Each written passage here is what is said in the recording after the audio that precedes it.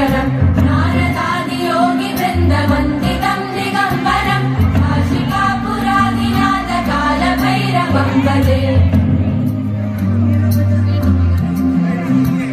भानुकोटिभास्वरं भवादितारकं परं नीलकण्ठमीप्सितार्थदायकं त्रिलोचनम् कालकालमम्बुजाक्षमक्षशूलमक्षरम् काशिकापुरादिनाथ कालभैरवं भजे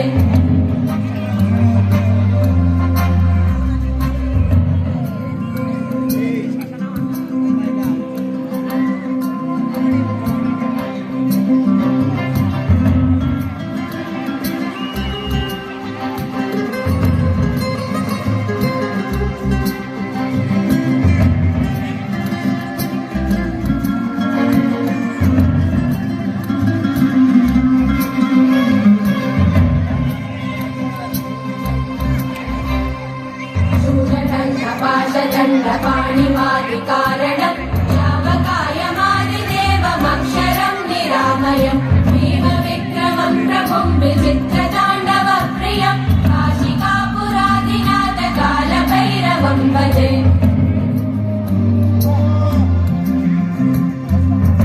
मुक्तिदायकं प्रशस्तचारुविग्रहं भक्तवत्सलं स्थितं समस्तलोकविग्रहम्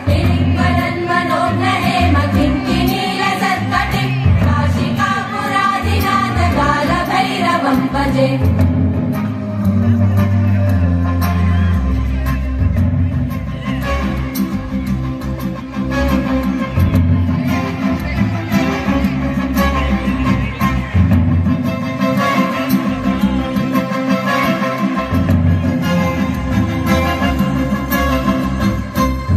धर्मसेतुपालकं त्वधर्ममार्गनाशकं धर्मपाशमोचकं सुशर्मदायकं विभुं स्वर्णवर्णशेषपाशशोभिताङ्गमण्डलं काशिकापुरादिनाथ कालभैरवं भजे रत्नपादुकाप्रभाविरामपादयुग्मकं नित्यमद्वितीयमिष्टदैवतं निरञ्जनं मृत्युदर्पनाशनं करालदं श्रमोक्षणं काशिकापुरादिनाथ कालभैरवं भजे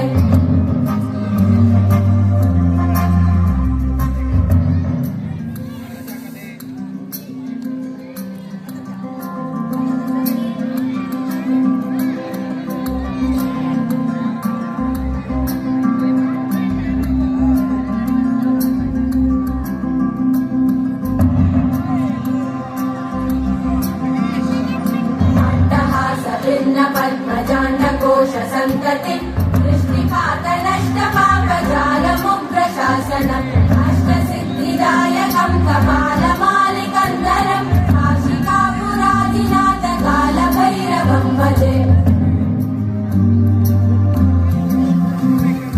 भूतसङ्कनायकं विशालकीर्तिदायकं काशीवासलोकपुण्यपापशोधकं विभुं नीतिमार्गकोविदं पुरातनं जगत्पतिं काशिकापुरादिनाथ कालभैरवं भजे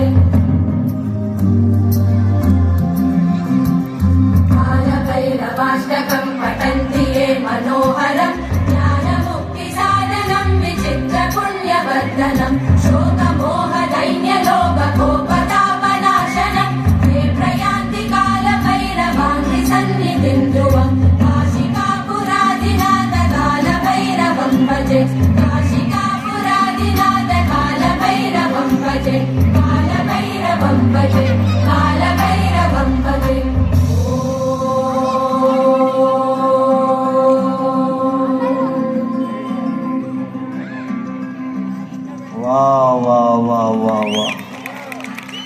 ವಾರೇ ವಾ 20 ಮಕ್ಕಳು ಎಷ್ಟು ಸುಂದರವಾಗಿ ನೃತ್ಯ ರೂಪಕವನ್ನು ಮಾಡಿದ್ದಾರೆ. ಯಾವತ್ತೂ ಕಲೆಗೆ ಪ್ರೋತ್ಸಾಹ ಕೊಡುವಂತಹ ಪ್ರಜ್ಞಾ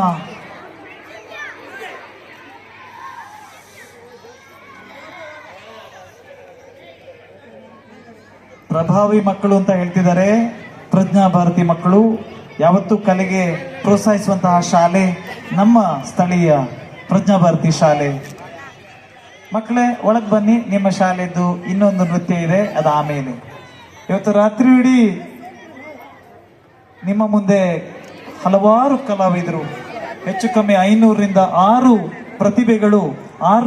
ಪ್ರತಿಭೆಗಳು ಈ ವೇದಿಕೆಯಲ್ಲಿ ನೃತ್ಯ ಮಾಡ್ತಾ ಇದ್ದಾರೆ. ಇದೀಗ ನಮ್ಮ ಪುಟಾಣಿ ವಾರಿ ಬುಕ್ ಹೌಸ್